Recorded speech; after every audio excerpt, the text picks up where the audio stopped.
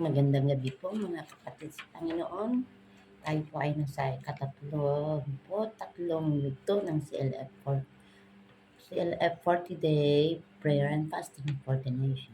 At ako po ay natutuwa at ako po ay nabigyan ng pagkakataon na makapagbahagi ng karanasan tungkol sa kabutihan ng Diyos na may tema na my amazing and extraordinary experience on the goodness and faithfulness of the Lord. Okay. Tayo po ay sumandaling manalangin. Samahan niyo po ako sa pananalangin. Purihin ka o dakilang Diyos. Marami pong salamat sa araw na ito na kami ay binayayaan mo, Panginoon, ng pagkakataon na makapagbahagi ang iyong kabutihan. Masabi namin kung gaano ka kabuti sa aming buhay upang maging kalakasan nito ng mga makakarinig. Marami po salamat, Diyos, nawa ay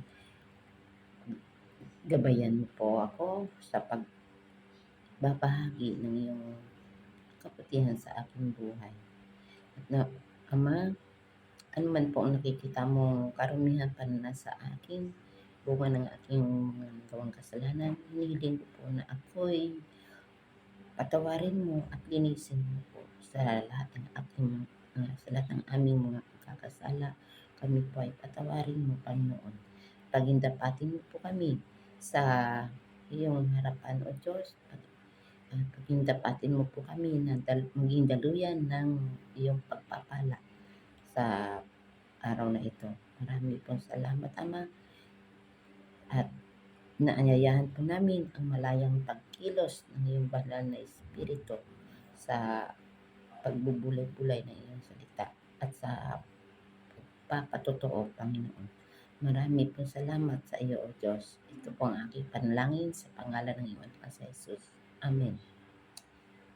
At ngayon po, ako po si Sister Gina na nabigyan ng pagkakataon na makapagbahagi kung gaano kabuti ang Diyos sa aking buhay. At salamat po sa CLF Malabon na nagbigay sa akin ng pagkakataon na yun. At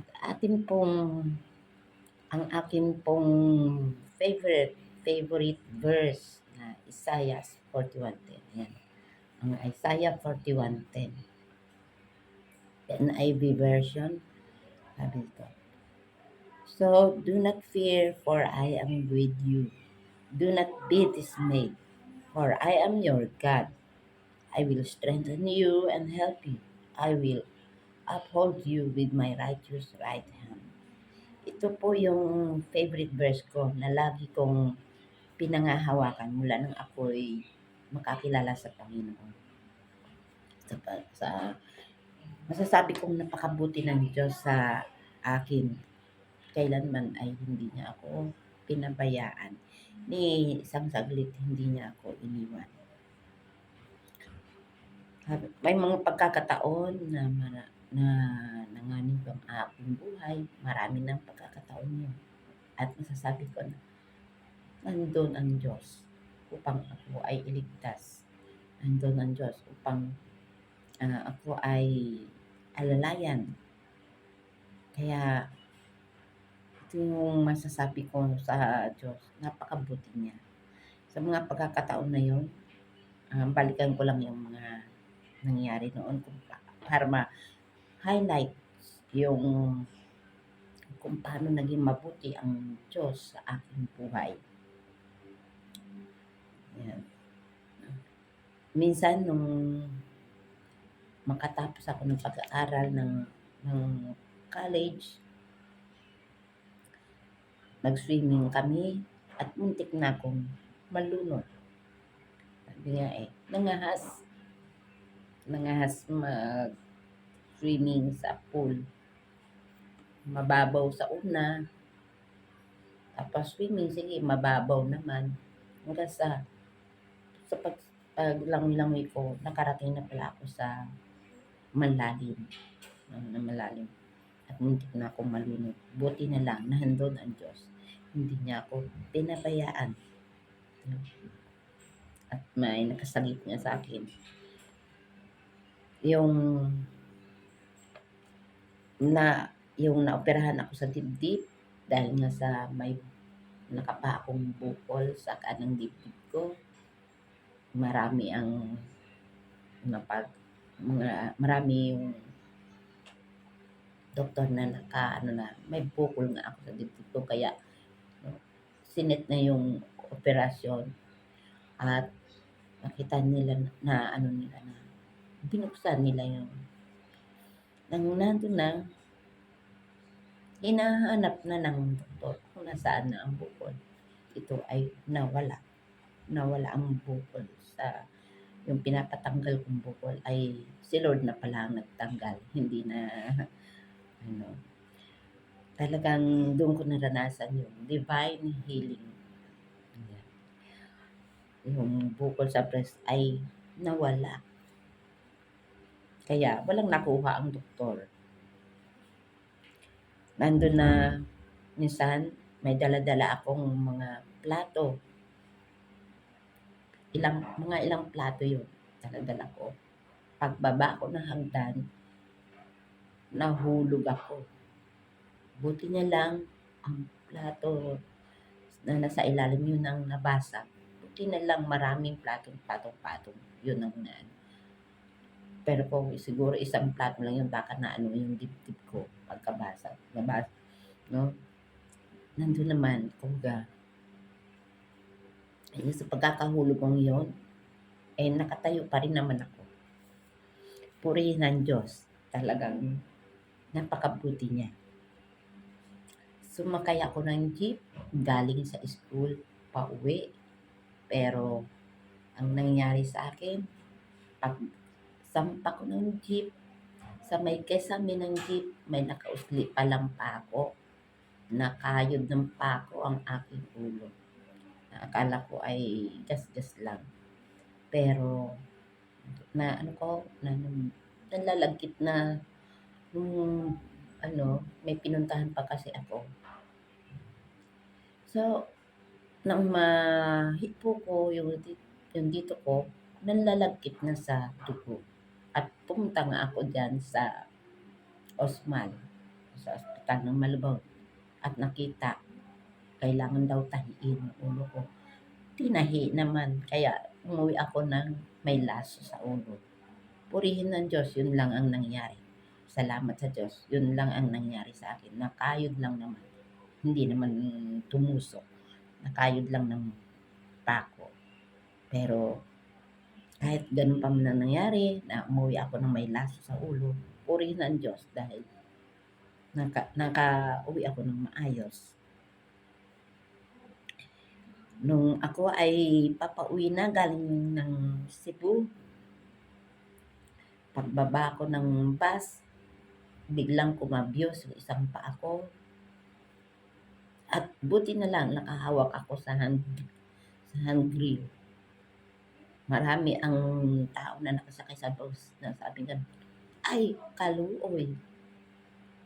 Tapos, kinumusta naman ako ng mga sabi ko, okay naman. Salamat sa Diyos. At nakalakad naman pa ng maayos. Tumalbog-talbog lang po ako doon sa hagdan. Tumalbog lang po yung puwit ko sa hagdan ng bus. At nakahawak ako. Kung nagkataon, baka nabasag na yung ulo ko. Ayan. Sumakay ako ng carousel bus. Kumakanta pa ako sa isipan ko ng papuri sa Diyos. Sa isipan ko, nag-worship ako.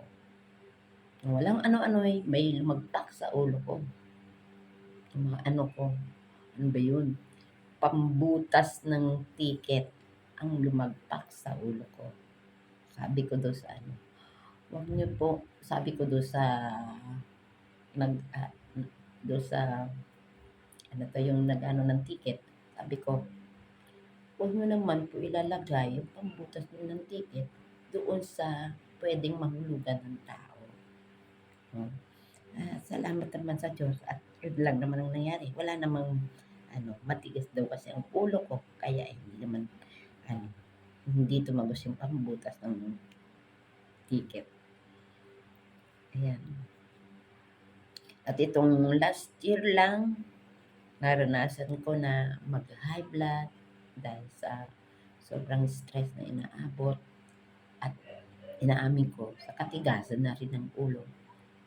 Muntik na akong ma-stroke. Walang kaalam-alam ng ano yun.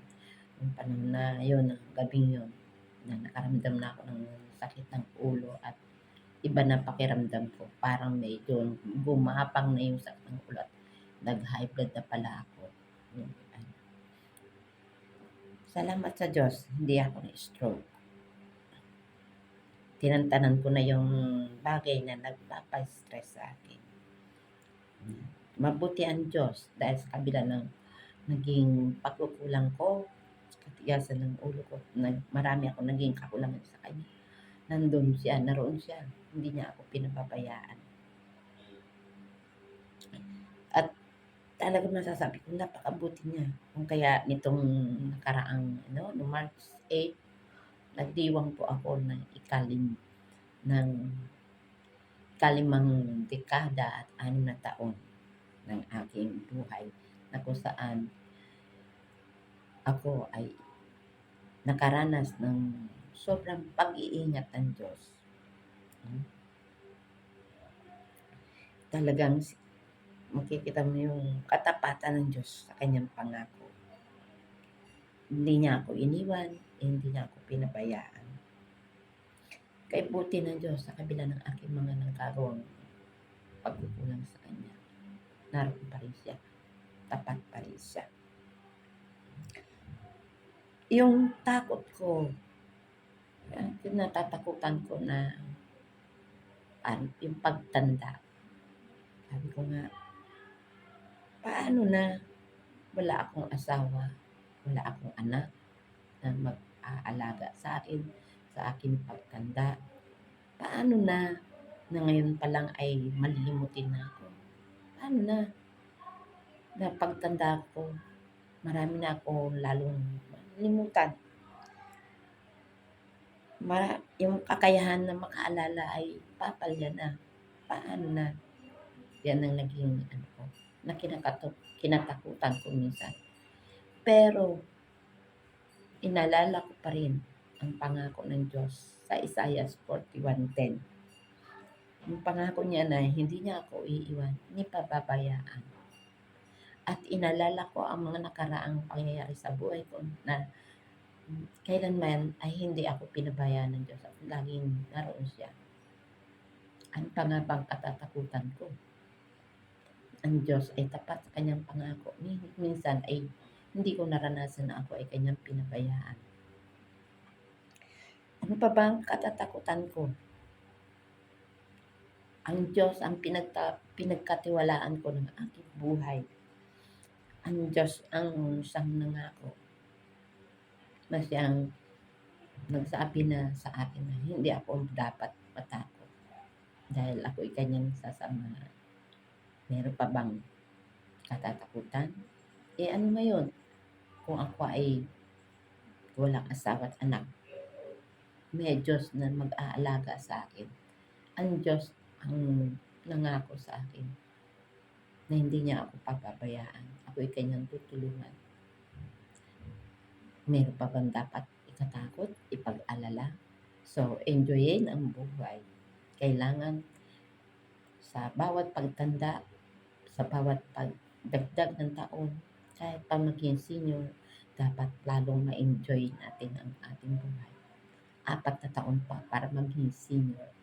At dapat na laging ine-enjoy ang bawat araw ng ating buhay. Purihin ng Diyos. Siya ang Diyos ng aking buhay. Diyos na aking pinagkatiwalaan.